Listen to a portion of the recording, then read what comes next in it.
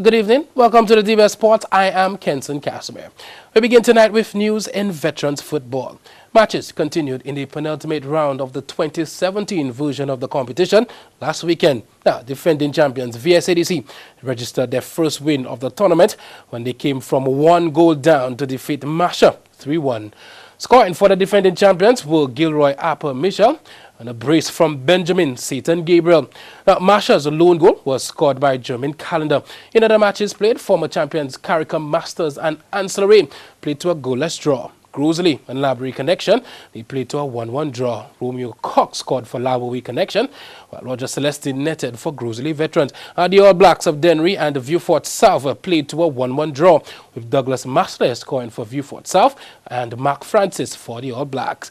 Central Vieux-Fort defeated Canaries 2-0, with their winning goals coming from Titus Titi Elva and Damian Henry. Well, we spoke to Alvin Malakan, who is the CEO of Veterans in Sports Inc. 28 matches have been played and 63 good quality goals have been scored.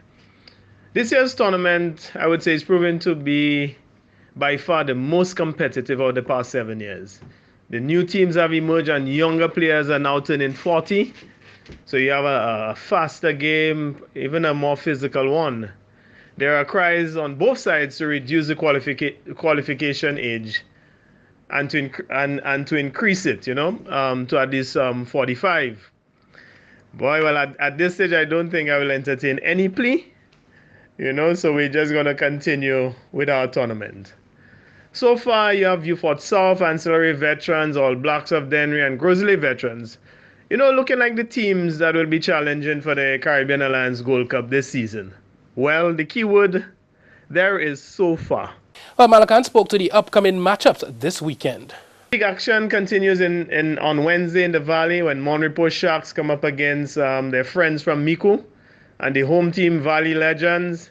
And they are playing some really impressive football. A young veteran team with lots of energy. And they will be coming up against Congorians, who are still trying to get their first win. It's been a struggle this year for them. From the Valley, the Veterans Football Movement will be going back to the Philip Marcel grounds this weekend, with triple headers on both days. Some of the featured matches, you have Laborie Connections taking on Flow Lancers FC. Vieux-Fort North, who is playing some good football, will take on the improved Laborie Veterans. And Caricom Masters will be taking on Central Vieux-Fort. In this group with Caricom Masters, Ancillary have already qualified, so there will be a serious battle for that final spot, so Caricom and Central will really be going at it. Well, following the last round of matches played, the points table in the various groups make for interesting reading. Vieux-Fort South tops Group A with a maximum of 9 points, followed by Valley Legends and Masha on 6 points. Now, in Group B is headed by Answerway Veterans, followed by Caricom Masters and Central Vieux-Fort on 3 points. We also have heading Group C, Dennery All Blacks on 10 points. We have Soufrière Veterans on 7 points and Vieux-Fort North on 3 points. Taking a look at Group C, Grosley Veterans are in full control. They have 7 points, followed by Laborie Connections on 4 points and Flow Lancers on 3 points. And now to a statistical wrap-up of the Mayor's Cup following the quarterfinals. To date, a total of 99 goals have been scored, with VSADC leading the table with 27, followed by Big Players with 21. 4 hat-tricks have been registered to date. Shaquille Degazor getting one of them for VSADC. Jonathan Cintorium also has a hat-trick. Valdez Maximum from Big Players and Andres Remy. The lone beaver trick have been scored by Shaquille Degazor of VSADC. Well, the leading goal scorer, Shaquille Degazor from VSADC, no surprise there with 8 goals. Lincoln Phillip from Big Players with 7 goals. And Valdez Maximin from Big Players with 6 goals.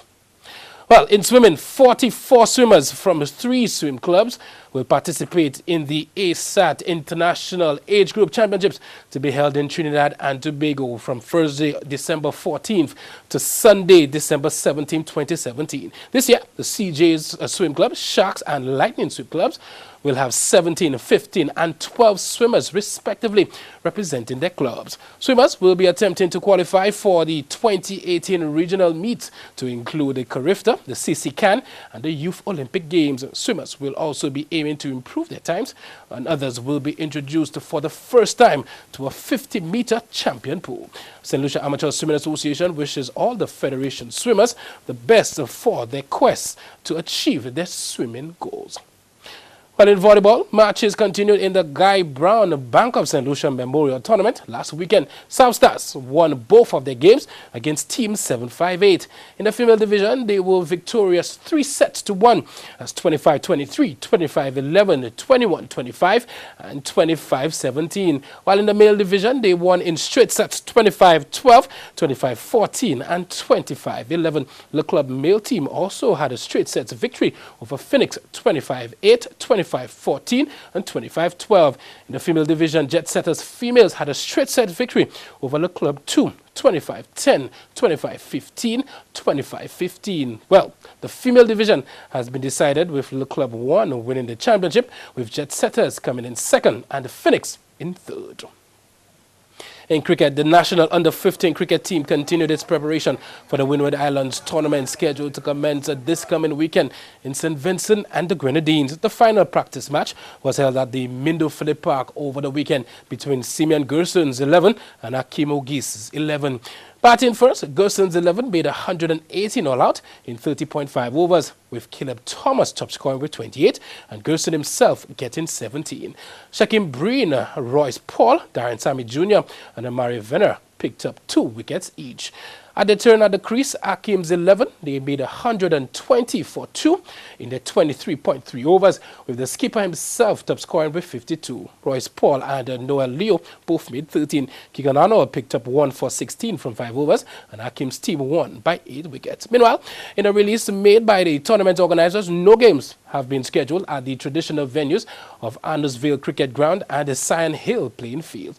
When the Under-15 cricket tournament goes off on December 10th, all 6 matches in the round-robin tournament will be played at Park Hill and the Cumberland playing fields, respectively. On the opening day, 4-time defending champion St. Lucia, they will take on Grenada at Cumberland, while St. Vincent and the Grenadines and Dominica clash at Park Hill. The following day, we'll see Grenada taking on St. Vincent and the Grenadines at Park Hill, while Dominica and St. Lucia do battle at Cumberland. St. Vincent and the Grenadines will battle St. Lucia at Cumberland, while Dominica and Grenada will meet at Park Hill. These matches will be played on December 13th. Now, the second round of matches commences on December 14th, with Dominica coming up against St. Lucia at Park Hill, while Grenada will play St. Vincent and the Grenadines at Cumberland. Still in cricket, the Monsignor Patrick Anthony Folk Research Center National Willie Labar competition continued on Sunday, December 3rd at the Moshi playing field. Now, in the matchup between Badi Chaussee and Moshi, Badi Chaussee won the toss. They scored 239 runs. Wow. Former national cricketer Greg Wilson top scored with 139 not out. Lara Mathre captured 3 wickets for Moshi. In reply, Moshi were dismissed for 142 runs. Stanley Cherry top scored with 26 runs, while Hansley Paul captured 6 wickets for Badi Chaussee. So, PI and Badi Chaussee will now do battle in the final on Sunday, December 10th at a venue and time to be decided. Well, we take a break, but when we come back, West Indies names a squad for the T20 clashes against New Zealand. We'll tell you who's in that team when we get back.